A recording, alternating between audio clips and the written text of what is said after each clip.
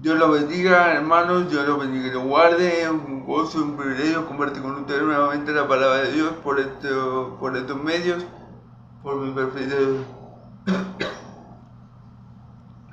de Facebook de Iván Eviche y por mi canal de YouTube en el que Dios cada vez para anunciar las virtudes de aquel que nos llamó de las tinieblas a su luz admirable. Dándole gracias a Dios nuevamente por este día de vida y pidiéndole a Él que me utilice a pesar de mis debilidades, a pesar de mis defectos, de mis imperfecciones, de mi fragilidad, y que me ayude para que todo lo que yo diga en esta hora sea para la gloria de su Hijo amado Jesucristo, sea para la gloria de mi Señor y Salvador, sea para la gloria del Dios que lo envió. Espíritu Santo, ayúdame a glorificar al Padre y al Hijo que te enviaron a mi vida, para que todo se haga para la gloria de Dios, que todo lo que yo diga sea para la gloria de Dios, en Cristo Jesús, en el nombre de Cristo Jesús, y en el poder de su Santo Espíritu. Amén, amén. Bueno, hermanos, seguimos avanzando en la carta a los Corintios. Esta vez vamos a estar en Corintios, 1 Corintios 10, pero vamos a estar desde el versículo 11, perdón, del versículo 12 en adelante, del 12 al 22. Amén. Recordando que Pablo le advierte a los de la iglesia de los Corintios, como nos advierte a nosotros en este tiempo, que no debemos caer en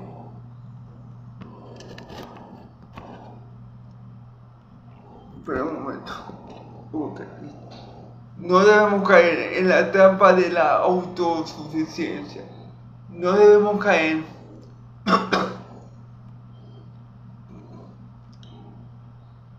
en esa trampa de creernos más de lo que somos. Pablo dice, le advierte a la iglesia de los Corintios que no caigan en prácticas pecaminosas tales como la idolatría, ¿verdad?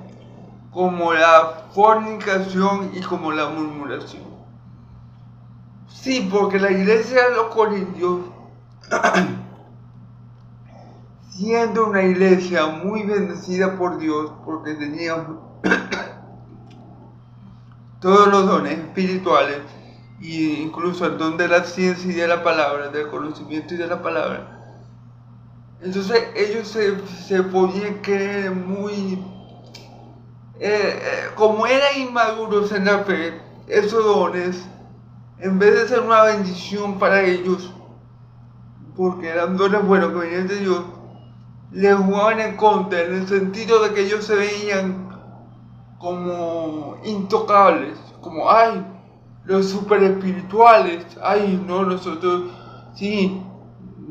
no, hasta el punto de que, por ejemplo, había un hombre en fornicación, y en tal fornicación como no lo hay ni entre los incrédulos, que era este hombre que vimos que tenía relaciones con la madrastra, con la esposa del padre, ¿verdad? Y nadie le decía nada porque tal vez el hermano era pastor o anciano de la iglesia o era muy importante. Entonces, el tener tantos dones dados por Dios, ¿verdad? Tantas bendiciones dadas por Dios, podía generar en ellos una falsa seguridad. No, nosotros tenemos todos los dones, nosotros no va a hacer falta nada. Entonces Pablo dice, no se dejen llevar eso y cuídense ustedes de no ser como los que salieron de Egipto, como los que Dios sacó de Egipto, que a pesar de que ellos también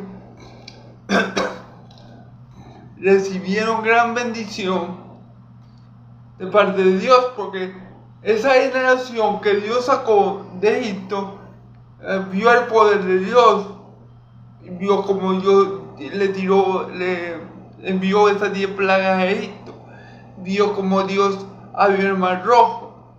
Ese pueblo fue sustentado por Dios, que le dio a comer, o lo sustentó con comida de ángeles, con maná del cielo. Ese pueblo bebió de la roca espiritual que lo seguía, que la roca era Cristo. Ese pueblo fue bautizado. Entonces ese pueblo también recibió muchas bendiciones espirituales de parte de Dios. Y vimos en el video pasado cómo ellos terminaron mal, porque cometieron varios pecados, como fornicación, como murmuración y como idolatría. Entonces Pablo lo que le está advirtiendo a la iglesia de los Corintios, que nos advierte ahora a nosotros, es que a pesar de que podamos tener privilegios, a pesar de que Dios nos bendiga mucho, a pesar de que Dios nos use mucho dentro de nuestra iglesia, tenemos que tener cuidado con dichas prácticas pecaminosas. Amén. Eso es un poco poniendo el pasaje en contexto, ¿verdad? De esto viene hablando Pablo. Por eso Pablo dice que él se niega a sí mismo, que él se azota, que él se golpea el cuerpo, se aflige, o sea, él domina su cuerpo, sus miembros, para no ser él mismo eliminado. Entonces eso es lo que significa. Pablo está dando una advertencia de no dejarnos llevar y creernos superiores por los dones que tengamos y tener cuidado con esta práctica. Y a la iglesia de Corintios, como a la iglesia de hoy día,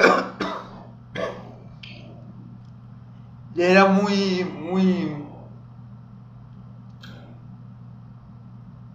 puntual, era de mucha ayuda esto que Pablo le está diciendo, porque la iglesia de los Corintios vivía en un entorno, en un contexto donde era muy influenciada por gente que llegaba de otras partes. Entonces por eso Pablo le advierte, le advierte de no caer en esa práctica de idolatría, de fornicación y de murmuración, amén, por los cuales Dios mató, sí se puede decir, Dios mató a muchos israelitas que salieron de Egipto, por lo cual Dios no se complació con ellos, amén. Entonces, claro, al decir Dios mató, tengo que especificar que Dios lo que hizo fue justicia, amén. Dios hizo justicia con esa gente mala que él sacó de Egipto, y bueno, el resultado fue que murieron muchos por su pecado, amén. Bueno, vamos a comenzar entonces. Vamos a estar desde el versículo 2 al 22, como le dije. Leemos en el nombre del Padre, del Hijo y del Espíritu Santo. Que el Señor mi Dios me ayude, porque yo en mi debilidad y en mi propia fuerza y con mi propia inteligencia nada puedo hacer, ¿ven? Así que piensa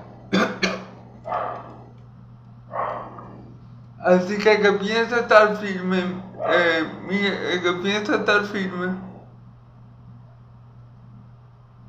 Así que piensa estar firme, mira que no caiga. No va a sobrevenir ninguna tentación que no sea humana, pero fiel es Dios que no os dejará ser tentado más de lo que podéis resistir, sino que dará también juntamente con la tentación la salida para que podáis soportar. Amén. Por tanto, amados míos, huid de la idolatría. Como sensatos os hablo. Juzgad vosotros lo que digo. La copa de bendición que bendecimos no es la comunión de la sangre de Cristo. El pan que partimos no es la comunión del cuerpo de Cristo. Siendo uno solo el pan, nosotros con ser muchos somos un cuerpo, pues todos participamos de aquel pan. Mirad a él según la carne, los que comen de los sacrificios no son partícipes del altar. ¿Qué digo pues? ¿Que el ídolo es algo o que sea algo lo que se sacrifica a los ídolos. Antes digo que los gentiles sacrifican a los demonios, los sacrifican, y no a Dios. Y no quiero que vosotros os hagáis partícipes con los demonios, amigos. No podéis beber de la copa del Señor y de la copa del demonio. No podéis participar de la mesa del Señor y de la mesa de los demonios. O provocamos a hacerlo al Señor. Somos más fuertes que Él. Amén. Bueno. Vamos a ir, como siempre, versículo por versículo, examinando el texto bíblico. ¿Ven? Dice la escritura. Así que empiece a estar firme. Mire que no cae. Pablo le advierte a ellos, a los de la iglesia de los Corintios, y nos advierte a nosotros hoy en día que no nos confiemos de nosotros mismos. Porque a veces podemos caer en esto. No, yo soy pastor, a mí no me toca nadie. No, yo soy apóstol, como se llama hoy en día. A mí no me toca nadie. Pechito paloma. Entonces, bueno, esta soberbia de decir, no, pero que yo hablo en lengua, interpreto la lengua, yo oré por tal hermano y lo sané, yo. Una persona súper espiritual. Entonces a mí el diablo no me puede zarandear. Entonces a mí no me puede ir mal. Entonces a mí no me puede pasar nada. Bueno, eso está lejos de la realidad cristiana. Porque si alguien podemos perdón, hermano. Si a alguien le podemos poner ejemplo como de una persona muy espiritual, es precisamente el escritor de esta epístola, el apóstol Pablo. ¿Y qué creen? A Pablo le pasó de todo. A Pablo lo apedrearon en lista, lo dieron por muerto. A Pablo desde el momento que se convirtió al Señor en Damasco lo buscaron para matarlo. A Pablo naufragó 3 veces, si no me equivoco. Y bueno, gloria a Dios, porque todos los naufragios de Pablo fueron controlados por Dios para un propósito. Por ejemplo, cuando Pablo naufragó, de igual manera el naufragio no lo mató, sino que el Señor preservó su vida y lo llevó a Roma. Entonces, a los que amamos a Dios, a los que amamos a Dios, todas las cosas nos van para bien. Y Pablo es una muestra viviente de eso. Entonces, el hecho de que estemos en el Señor no significa que no nos van a pasar cosas, no significa que no podemos ser tentados. El mismo Pedro, que tuvo 3 años y medio con los apóstoles, el mismo apóstol Pedro, fue zarandeado por Satanás. Entonces, Pablo lo que le está diciendo a los corintios, ¿verdad? A los hermanitos a los que va dirigida esta carta, es que no se confíen. No se confíen de cómo son súper espirituales, porque tienen todos los dones, y porque no se confíen por ellos.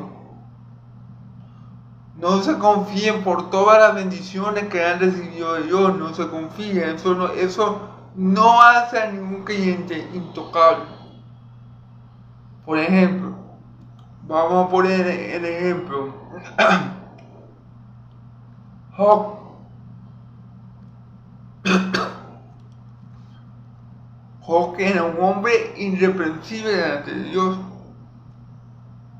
Job era un hombre como no había otro en su tiempo. ¿Ven? Y eso no lo hizo intocable, porque Dios puso a prueba su fe. Dios permitió que el diablo lo tentara. No, bueno, no precisamente para poner a prueba la fe de Job, porque yo sabía. Era para despegar al diablo en la cara que Job, su siervo, lo iba a amar y lo iba a seguir amando a pesar de lo que le pasara, a pesar de lo que le sobreviniera a él en su vida. Y Dios, como siempre, tuvo una razón. Yo creo que el diablo, sinceramente, ahí se le olvidó que su Dios es omnisciente. Y él todo lo sabe. Entonces, Pablo lo que no quiere aquí es que nosotros, en la iglesia de los Corintios, se sientan intocables por los dones o talentos o el servicio que estemos dando de parte de Dios. El apóstol Pablo también nos indica esto. Es necesario a través de muchas tribulaciones entrar en el reino de Dios. Y eso lo dice para exhortar a sus discípulos luego o después de haber sido lapidado. O sea, después que Pablo se despertó de la apedreada que le habían dado, Pablo corre nuevamente al lugar donde apedrearon, porque Pablo pensaría, no, yo le tengo que decir a los hermanitos que es necesario a través de muchas tribulaciones terrenas de Dios, porque ellos pueden pensar que ese cristiano es malo, porque mira lo que me acaba de pasar a mí, me ha pedido. Entonces, para que los hermanitos no quedaran con esa mala impresión, Pablo fue valiente y esforzado, el Espíritu le dio valentía y fue y le ministró esa palabra, amén. Entonces Pablo no quiere que nos creamos supermanes. En el pueblo de Dios no hay supermanes, no hay Batman, no hay superhéroes. En el pueblo de Dios hay hombres de carne y hueso, hombres expuestos a todo tipo de tentaciones, a todo tipo de dificultades, hombres frágiles, hombres falibles, hombres que sin la ayuda de su Dios y del Señor que le envió, de nuestro Señor Jesucristo, ciertamente nada podríamos hacer. Amén. Amén. Entonces vamos a ver, sigue diciendo. Entonces, no os ha sobrevenido ninguna tentación que no sea humana. Fíjense bien, vamos a detenerlo ahí. Versículo 10. No nos ha sobrevenido ninguna tentación que no sea humana. Miren, por más difícil que parezca la prueba que usted esté atravesando, por más difícil que parezca la circunstancia que usted esté viviendo, por más difícil que crea usted que es lo que le está pasando, déjeme decirle, no es algo que solamente le haya pasado a usted, no es una tentación, no es algo que no le haya pasado a ningún ser humano. Tal vez usted que me está viendo tiene problemas con el alcohol, un ejemplo. Usted es cristiano, pero bueno, todavía tiene problemas con el alcohol, un ejemplo, por dar algún ejemplo. Esa tentación que usted está enfrentando no es algo nuevo.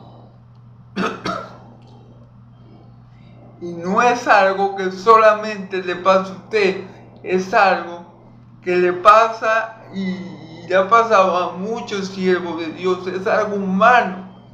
Nosotros no somos tentados de una forma sobrenatural, que no podamos, que sea algo fuera de lo común, no nos ha sobrevenido un tipo de tentación que sea inhumana, que sea fuera de lo natural, ¿sí me entienden?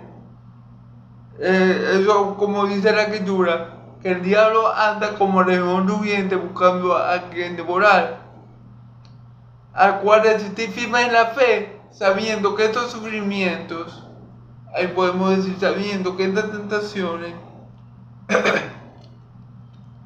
se van dando alrededor del mundo a todos sus hermanos. Entonces, parafraseando un poco de esto, entonces, lo que me pasa a mí, yo no soy único en la paz de la tierra. La lucha que tengo yo como hijo de Dios, no solamente la tengo yo, la tienen y la han tenido otros hermanos alrededor del mundo. La han tenido otros hermanos alrededor de la historia. No somos extraterrestres, hermano. O sea, a veces pensamos, no, esto solamente me pasa a mí, porque yo no sé. Esto que me está pasando a mí no le pasa a más nadie. Pero no es así. Lo que nos pasa es una tentación humana, es una tentación que la tenemos por nuestra naturaleza caída. Mientras tengamos este cuerpo, mientras estemos en esta condición, mientras estemos en esta carne, vamos a tener tentaciones. Eso no lo podemos evitar. Mi Señor Jesús dice, es necesario que hagan tropiezo, pero hay de aquel que haga tropezar. Entonces, las tentaciones, mientras estemos en esta carne, van a ser el pan nuestro cada día. Pero no es algo que no podamos soportar, es algo humano, es algo que tenemos por nuestra naturaleza caída. Y Dios nos va a decir que sí podemos soportar. Amén. Vamos a ver. Pero fiel es Dios que no dejará ser tentado más de lo que puede resistir. Las tentaciones van a seguir mientras estemos en esta carne, pero la palabra nos recuerda que fiel es Dios, que no permitirá que yo, o que tú, o yo seamos tentados más de lo que podemos resistir. Es decir, recordemos que nuestro Dios es soberano. ¿Ok? Entonces, ¿qué significa eso? Bueno, que Dios va a permitir que pasen cosas, o en ocasiones va a permitir que pasen cosas en tu vida. Pero Él va a estar contigo para ayudarte a superarlas. Es decir, Dios no es que, no, yo le voy a poner, yo voy a criminalizar al diablo, pero yo voy a apartar de Él a ver qué le hace. No, así no actúa nuestro Dios. Nuestro Dios está con nosotros todos los días desde el fin del mundo. Él permite que la tentación toque a Job. Amén. Pero Él sabía que Job podía soportar. Él sabía cuál era la fe de su siervo Job. Él no le iba a poner él no iba a dejar al diablo que lo tentara más de lo que Job podía soportar. Y que Job perdiera su vida o perdiera su salvación.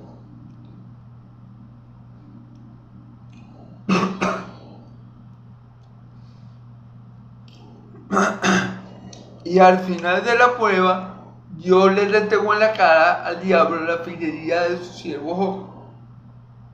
Entonces, Dios no lo va a permitir. Si Dios permite que te llegue la tentación, que la prueba, que el desierto, que el día malo llegue a tu vida, Él va a estar contigo para que ese desierto no te mate, para que ese día malo no te hunda, para que ese enemigo no te venza. Él va a estar contigo. Él no te va a poner una carga que Él sabe que te va a matar. Él te va a dejar pasar por el proceso, pero si tú eres su hijo, vas a salir de ese proceso fortalecido. No vas a salir de ese proceso muerto, porque Dios no va a permitir, dice la escritura, que Dios es fiel y Él no va a permitir que seamos tentados más de lo que podemos resistir. porque Dios conoce hasta qué punto un hijo de Él puede quebrarse. Dios conoce hasta qué punto un hijo de Él puede apartarse.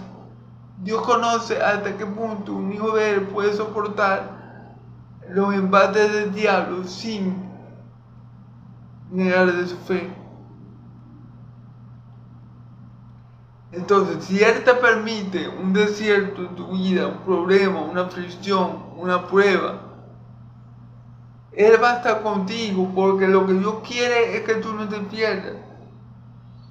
Dios no quiere que tú te pierdas, Dios quiere que tú seas parecido a Cristo, Dios quiere que tu fe sea fortalecida, Dios quiere demostrar al diablo, como lo hizo con Job, que sí hay creyentes, que sí hay hijos de Él que pueden soportar la aflicción y que aún en medio de la aflicción no reniegan de Dios, sino que lo glorifican.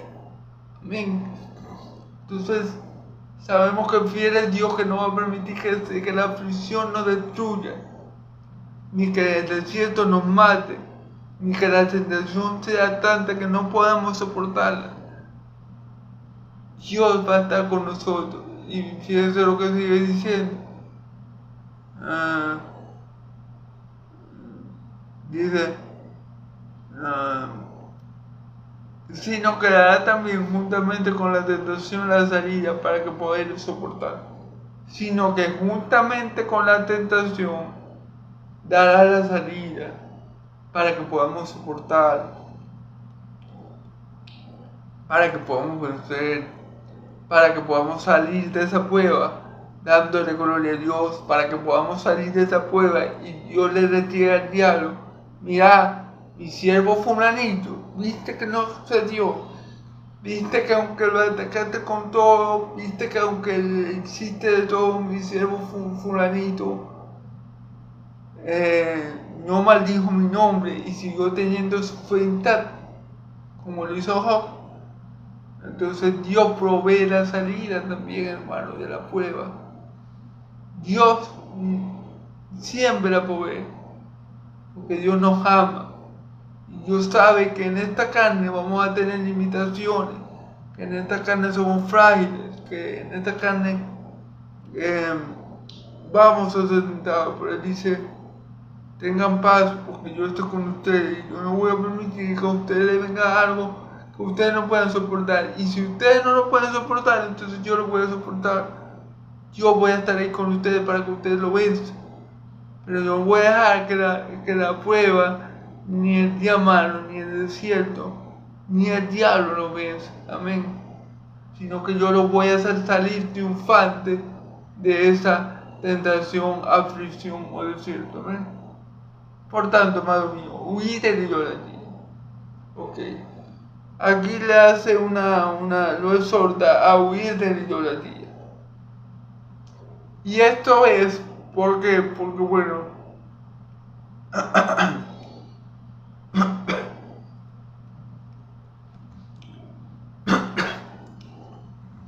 ok,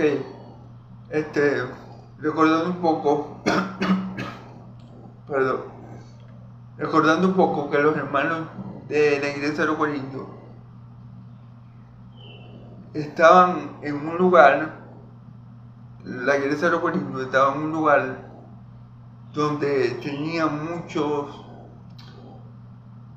llegaban muchas personas de otros lados, muchos no creyentes, y podían ser influenciados por su contexto cultural o geográfico a ser idólatras.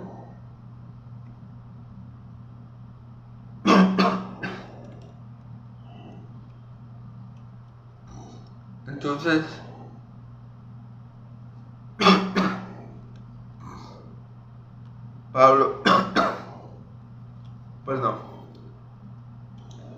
Pablo sabiendo esto, Pablo sabiendo que ellos que estaban débiles en la fe, que eran carnales, que no eran espirituales, que ya tenían problemas de fornicación dentro de la iglesia, de fornicación en la carne, quiero decir, Pablo les advierte: no no caigan en idolatría. Ya ustedes tienen bastante con los pecados que ustedes tienen. Ya es bastante con que ustedes hagan divisiones. Ya es bastante con que ustedes tengan preferencia. Ya es bastante con que ustedes tengan celos, contiendas. Ya es bastante con el caso de fornicación para que también añadan el pecado de idolatría. Que viene siendo fornicación espiritual, que viene siendo otro tipo de fornicación.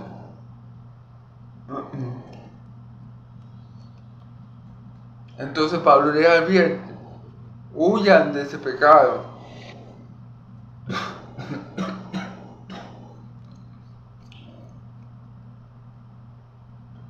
Huyan de ese pecado. Y el ejemplo que les dio fue que a los que fueron idólatras, Dios los mató. Amén. Entonces dice Pablo, bueno, huyan, sean inteligentes, huyan de ese pecado.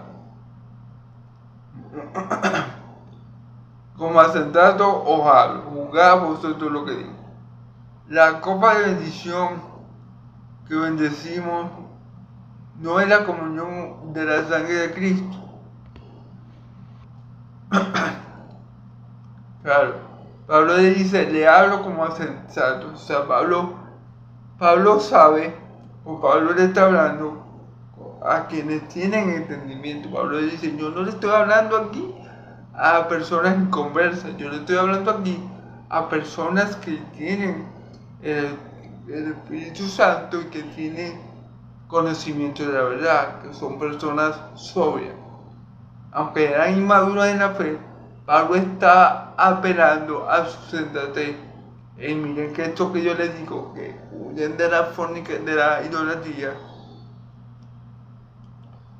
por el contexto cultural que ellos vivían, ellos estaban rodeados de mucha idolatría. Entonces Pablo dice, no vayan a caer en eso, les hablo como sensato, yo sé que ustedes tienen el Espíritu Santo, ustedes entienden lo que yo les quiero decir. Ustedes saben lo grave que es este pecado delante de Dios, entonces yo les exhorto a que huyan de la idolatría. Amén. La copa de bendición que bendecimos no es la comunión de la sangre de Cristo. Pablo le dice esta pregunta, la copa de bendición que bendecimos no es la comunión que la sangre, no es la comunión con la sangre de Cristo. Es decir, Pablo le dice, ¿acaso nosotros no celebramos la Santa Cena que nos indica que tenemos comunión con Cristo? La Santa Cena, ese mandamiento, por llamarlo así, que Dios nos dejó, que Jesús nos dejó de recordar su muerte, conmemorar su muerte hasta que Él vuelva. Cuando el pueblo del Señor se reúne, depende de la congregación, no sé, uno lo hace una vez al mes, otro una vez al año, otro cada semana, en fin, dependiendo de la iglesia. Y tenemos la Santa Cena. Eso nos indica que tenemos comunión con Cristo. Que tenemos comunión con Cristo. Que tenemos comunión con la sangre de Cristo. Amén. Si tú estás en una iglesia y tú tienes la Santa Cena o tú celebras la Santa Cena según tu iglesia, eso demuestra que tú tienes comunión con el Señor. Que por eso que celebramos la Santa Cena, para tener comunión con el Señor, para conmemorar su muerte y anunciar su resurrección. ¿Amén? Y eso nos indica que tenemos comunión con Cristo. O sea, eso nos hace ver que tenemos comunión con Cristo. Dice, el pan que partimos no es la comunión del cuerpo de Cristo. Claro, tenemos comunión con Cristo en su cuerpo y comunión con Cristo en su sangre. Tenemos comunión con Cristo por medio de su sacrificio en la cruz del Calvario, que nos limpia y nos lava de tu pecado. Su cuerpo fue molido por nuestras rebeliones y su sangre fue vertida en la cruz para remisión de pecado. Amén. Tenemos comunión con Cristo mediante su muerte. Recordamos que nosotros fuimos bautizados con Cristo en su muerte. Cuando Cristo murió, nosotros morimos juntamente con Cristo, según la carne, claro. Cuando Cristo resucitó, nosotros resucitamos juntamente con Él. Eso simboliza el bautismo, ¿verdad? Fuimos bautizados con el mismo bautismo que Cristo. Es decir, cuando Cristo murió, nosotros todos morimos juntamente con Él, los que hoy creemos en Él. Cuando Cristo resucitó, nosotros resucitamos juntamente con Él. Amén. Entonces, tenemos comunión con Cristo. Siendo uno solo el pan, nosotros con ser muchos somos un cuerpo, pues todos participamos de aquel mismo pan, claro. Nosotros somos muchos, pero pero todos somos un cuerpo en Cristo Jesús. Todos comemos del mismo pan, todos comemos del mismo cuerpo, todos comimos del mismo cuerpo y todos bebimos de la misma sangre. Cuando digo beber y comer no significa algo literal, significa que todos nosotros creímos en el sacrificio de Cristo Jesús, creímos que su cuerpo fue molido por nuestras rebeliones, creímos que su sangre fue vertida o derramada en la cruz por nuestros pecados. Cuando creemos eso, es como si comiéramos y bebiéramos, como si comiéramos de Cristo y viviéramos de Cristo. Amén. Cuando hacemos eso, el poder de sus sacrificios tiene efecto en nuestras vidas. Amén. Tiene efecto en nuestras almas. Su sangre, que es verdadera bebida, ¿verdad?, limpia la mancha de nuestro pecado, cosa que ningún detergente, ni miles de detergentes, ni millones de detergentes pueden hacer. Amén. Y su cuerpo que fue molido es la verdadera comida, ese sacrificio nos da vida, pero vida verdadera, pero vida eterna, pero vida espiritual. Amén. Y esa comunión la tenemos nosotros con Cristo, porque somos parte del cuerpo de Cristo. Siendo muchos, somos uno en Cristo. Por eso tenemos y por eso somos participantes de aquel mismo pan, es decir, del cuerpo de Cristo. Amén.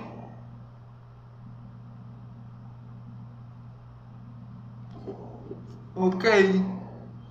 Dice, mira a Israel según la carne, los que comen de los sacrificios no son partícipes del altar. Claro. Por ejemplo, entonces me voy a detener un poco en el versículo 17.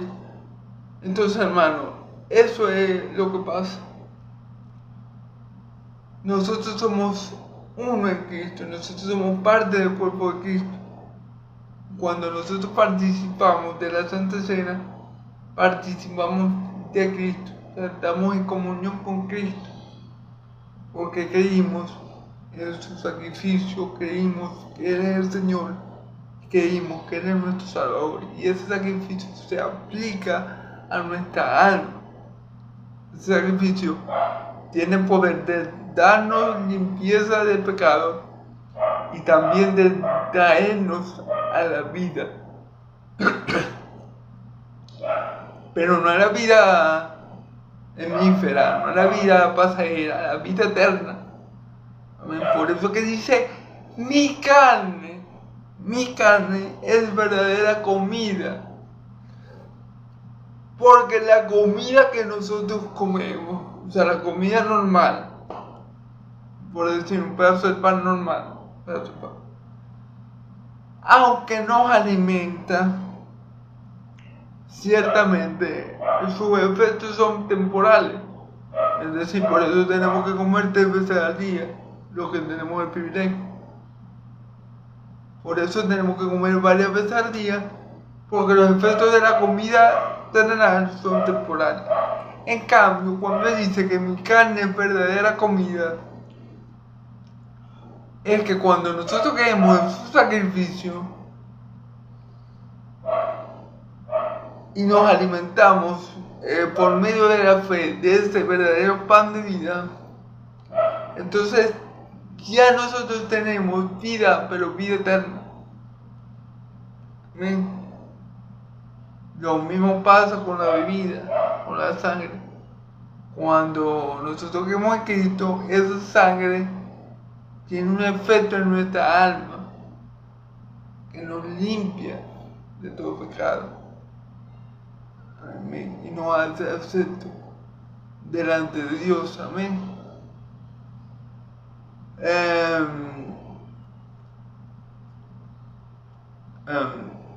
Bueno, sigamos. Dice el versículo 18: mira a Israel según la carne, los que comen de los sacrificios no son participantes del partícipe del altar. Claro, si uno come de los sacrificios, si uno es partícipe del altar, no puede comer de los sacrificios. O sea, los sumos sacerdotes del pueblo de Israel, ellos podían comer una parte de los sacrificios que le daban al Señor. En el Antiguo Testamento, ahorita no recuerdo los versículos exactos, había una parte del animal sacrificado al Señor, ¿verdad? Que se podía, que se la comía el sumo sacerdote, que era una parte apartada para el sacerdote. Amén. Entonces, obviamente, si uno participa en el altar, uno puede comer de la comida del altar. Amén.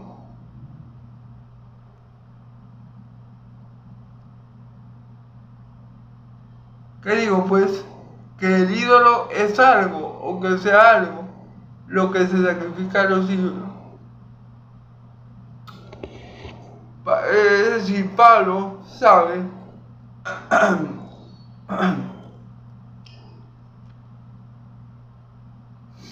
Pablo sabe que un ídolo no es nada. O sea, Pablo sabe que realmente un ídolo no es nada en este mundo. Es decir, Pablo no le quiere dar mayor importancia al ídolo, porque Pablo dice, fíjense lo que dice, que el ídolo es algo, o sea, algo, lo que se sacrifica al ídolo, a los ídolos, hace la pregunta.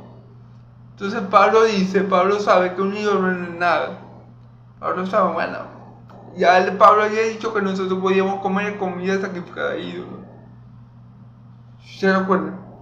Claro, que no lo hagamos por decir no. Por decirle algo, que yo sé que ningún cristiano lo va a hacer, pero por decir algo. No, hay hay un grupo de personas que le están rozando a María Coromoto, por ejemplo, no sé, una de las de María, y están comiendo comida sacrificada a ella, y el cristiano vaya y coma. Eso nunca va a pasar. Pablo dice que podemos comer comida sacrificada a ídolos, por ejemplo, en el contexto de que nos den una comida, que nosotros no sepamos su procedencia, pero como tenemos hambre la comemos. Pablo dice, no hay problema, ustedes pueden comer, tienen la libertad, ustedes saben que un ídolo nada es eso. Si comen algo sacrificado a ídolos, ustedes no van a ser menos cristianos ni más cristianos, ni menos espirituales ni más espirituales. Pero por causa de los pequeños en la fe, por causa del hermano por el cual murió Cristo, que es débil en la fe, mejor no lo hagan. Ahora, aquí lo que Pablo está tratando de decir es que nosotros no debemos ir por nuestra voluntad al banquete a comer comida sacrificada a ídolos, porque Pablo reconoció ya que un ídolo nada es, pero Pablo va a decir algo muy importante aquí. Pablo no va a decir lo que está detrás del ídolo. Aunque Pablo reconoció que un ídolo nada es, porque en verdad un ídolo no tiene vida, no tiene fuerza, no te puede salvar, no te puede ayudar. Un ídolo por ti no puede hacer nada. Y eso es algo real. Tienen ojos pero no ven, tienen oídos pero no oyen, tienen manos pero no palpan, tienen labios pero no hablan, tienen pies pero no caminan. Y lo que lo hacen son igual que ellos, dice la Escritura. Eso Pablo lo sabe. Pero ahora Pablo le advierte a la iglesia de los Corintios que a pesar de que un ídolo no es nada, que a pesar de que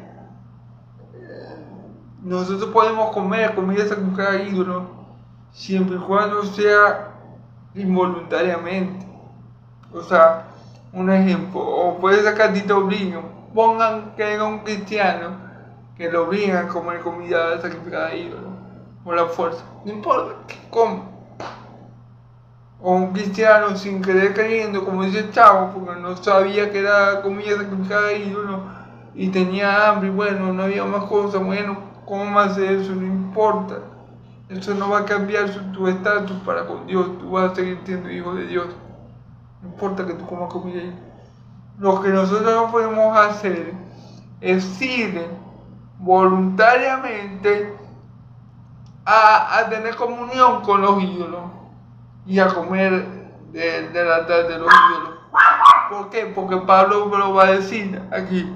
Antes os digo que los gentiles que sacrifican a los demonios, lo que sacrifican y no a Dios. Cuando alguien sacrifica algo a un ídolo, se lo está sacrificando al demonio. Ese es el problema. Que él no se lo está sacrificando porque había gente en el Antiguo Testamento, los que rodeaban a Israel, hacían sacrificios no solamente de animales, sino de humanos. Y eso sacrificaban ellos a demonios, se lo estaban sacrificando a los demonios. No al ídolo que ellos tienen ahí, a la estatua mira esa. No al demonio que los está influenciando para que hayan dicho algo. Entonces, eso es lo que Pablo está diciendo. Cuando ustedes van voluntariamente y le hacen una ofrenda a un ídolo, ustedes están teniendo comunión con ese ídolo. Pero no solamente comunión con la estatua, que eso sería lo de menos, porque la estatua, sino que están teniendo comunión con los demonios. Ese es el asunto. Ese es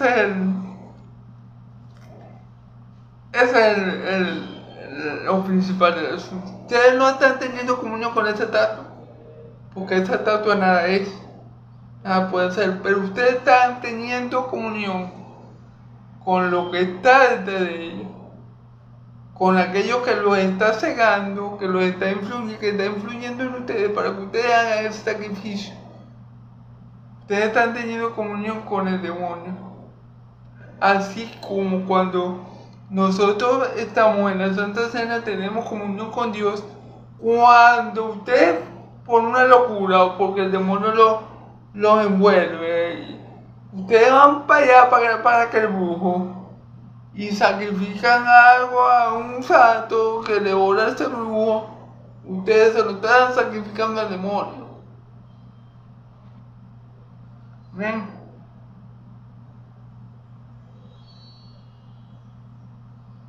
Y no quiero que vosotros os hagáis partícipes con los demonios. Amén. Y no tenemos que tener comunión con los demonios, porque no somos hijos del diablo. Los que tienen comunión con el demonio son los hijos del diablo. los que tienen comunión con Dios son hijos de Dios.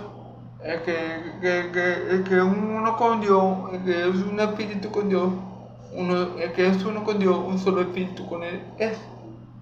No podemos tener comunión con los demonios y comunión con Dios. O le servimos a un Señor o le servimos al otro. No podemos servir a los dos. Entonces por eso que el cristiano no puede estar hoy en la cena del Señor y mañana con un brujo, con un chamán, con un qué sé yo, sacrificando a ídolos. Como les dije, Pablo dice, bueno, ustedes pueden comer, pero hay. Pero como yo les menciono, Pablo, si a nosotros nos obliga, o nuestra vida depende de ello, qué sé yo, y bueno, comamos.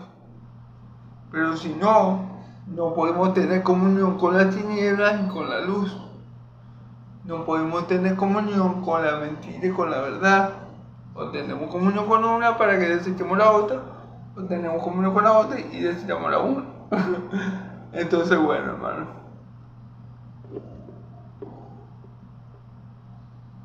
No podéis beber de la copa del Señor ni de la copa del demonio. No podéis participar de la mesa del Señor ni de la mesa del demonio. Es sencillo, el que es de Dios no es del diablo. Y el que es del diablo no es de Dios. Ahí tenemos el ejemplo de los fariseos. Vosotros sois hijos de vuestro padre el diablo, dice el Señor. Una de las declaraciones más fuertes. Y de la boca del Señor, sin duda alguna, una de las declaraciones más duras que se han hecho en la Biblia. Sin duda alguna. Sin duda. O sea, lo que es esa declaración de mi Señor Jesús, y cuando dice, en aquel día me dirán, Señor, pero tú no me hiciste un milagro, tú no me hiciste señales, tú no me hiciste... Y yo le dije, nunca os conocí, apartado de mí, Señor, de maldad, al fuego eterno. Bueno, esas declaraciones a mí me parecen las más duras de toda la Biblia, por lo menos de todo el Nuevo Testamento. Y sí, no podemos tener comunión con el diablo y con Dios. ¿También? Entonces, esto es muy pertinente para hoy en día, recordando que la idolatría no solamente la adoración a las estatuas, la idolatría puede ser la adoración a un hijo, la idolatría puede ser la adoración a un ídolo, la idolatría también puede ser el amor por un pecado, quizás. La idolatría, bueno, tiene muchas formas, en realidad. Y como dijo un predicador, Joel Michelin, si no me equivoco, dijo que el corazón del hombre, bueno, yo lo escuché de él, pero no sé si él lo escuchó de otra persona, pero él dijo que el corazón, nuestro corazón es una fábrica de ídolos. Y bueno, en realidad el corazón del hombre es perverso. Dice la escritura, perverso el corazón más que cualquier otra cosa, ¿quién lo conocerá?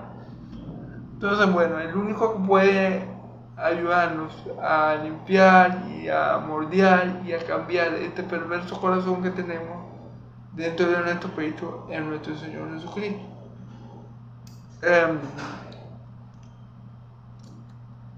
Y la idolatría es, bueno, es un pecado, pero es un pecado fuerte en el sentido de que todos los pecados son fuertes y todos los pecados son ofensas a Dios en realidad, pero la idolatría es porque el diablo quería que lo idolatrara. El pecador del diablo fue querer recibir la idolatría, precisamente. Él quería ser objeto de idolatría. Ya. Entonces, este pecado es bastante serio. Todos lo son, pero este pecado en particular es bastante malo en el sentido que busca, la idolatría es cualquier cosa que le quite el primer lugar a Dios en tu vida. Entonces ya es serio porque ya es algo que quiere desplazar a Dios, ¿amén? de su lugar en tu vida. Entonces es algo fuerte de idolatría, y más por nuestras debilidades, y más por el mundo en el que estamos y por el contexto que vivimos. Podemos ser expuestos de varias maneras y formas de este pecado.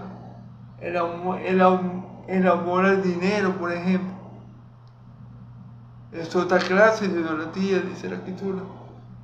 Entonces, por eso es que la idolatría es un pecado tan fuerte y tan difícil, porque es un pecado que se te puede presentar de diferentes formas. Entonces, hay que tener mucho cuidado con él. Ok. Dice el versículo 22, ya para terminar: o provocaremos al Señor, somos más fuertes que Aarón. No tentemos al Señor, porque no somos más fuertes que Él. Recordemos que nuestro Dios es Dios celoso. Pero a ver, ¿de qué puede ser celoso Dios si Él es el dueño de todo? O sea, vamos a poner este ejemplo.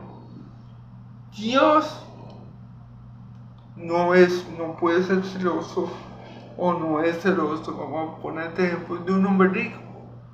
¿Por qué? Porque Dios es el dueño de la plata. Dios no es celoso de un hombre poderoso, porque Dios es omnipotente. La gente cela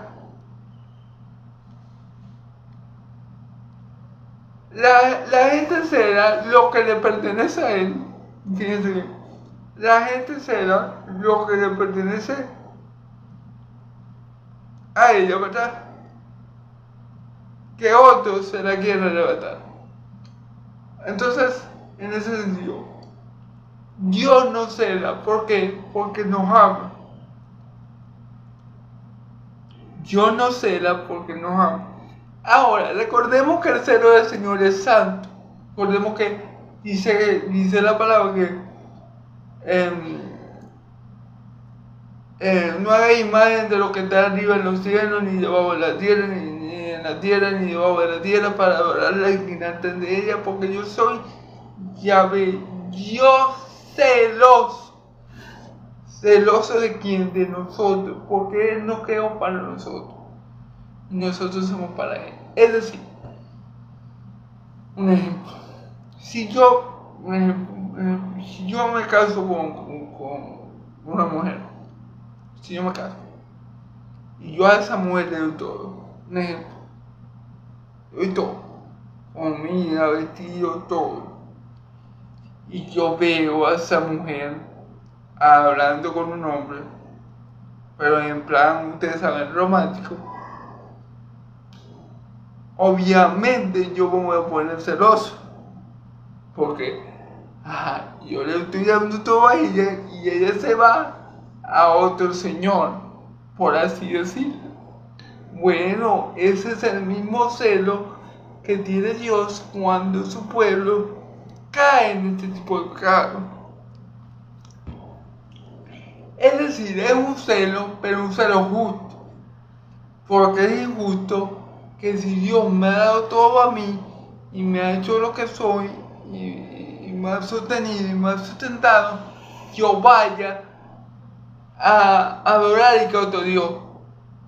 Imagínense cómo se sintió Dios cuando Él sacó al pueblo de Israel de Egipto, cuando Él lo llevó a atravesar el Mar Rojo.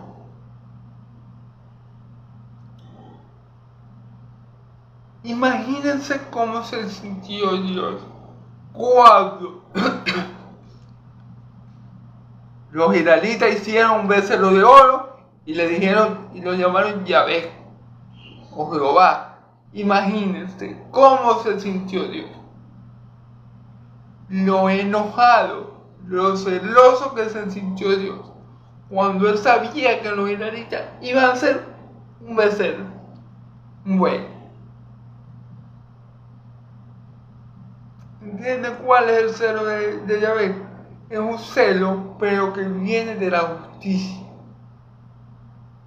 A mí es como cuando mi Señor Jesús se airó, allá cuando entró al templo, que sacudió todas las mesas, volteó todas las sillas, echó a los cambistas, que dice que fue para que se cumpliera la escritura, el celo por mi casa me consumió. Entonces, se fijan como el celo de Dios no es como el de nosotros. El de nosotros es un celo irracional. El celo del hombre muchas veces es un celo irracional. Y bueno, muchas veces no, casi siempre. Y viene de la carne. El celo de Dios procede de su justicia. De que Dios castiga la injusticia.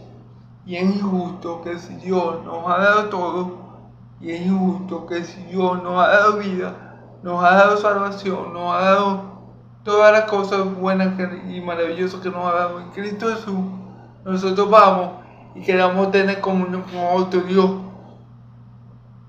que de paso no son dioses nada, son demonios. Entonces, eso es lo que está diciendo, no podemos provocar a hacerlo al Señor. Israel cometió este pecado una y otra vez, provocando al Señor con otros dioses de la gente que lo rodeaba en Canaán. ¿Y qué hizo Dios para traerlos nuevamente a él? Una y otra vez lo castigó. Claro, Dios siempre castiga a sus hijos, pero siempre lo hace con un propósito bueno, porque al fin y al cabo lo castigaba para que volvieran a él. Pero esta cuestión le dio mucho sufrimiento al pueblo de Israel, porque ellos, desde que salieron de Egipto,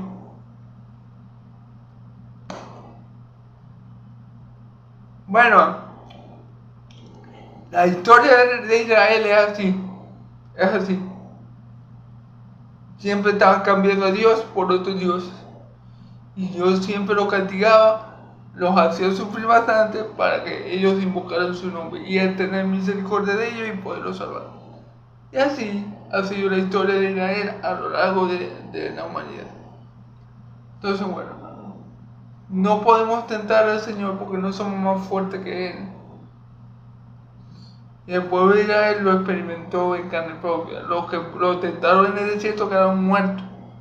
Muchos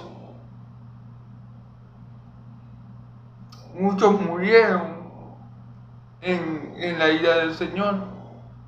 Cuando el Señor se iraba con su pueblo de Israel, es como yo digo, Él se iraba, los castigaba para que ellos invocaran su nombre y muchos se salvaran, pero muchos perecían.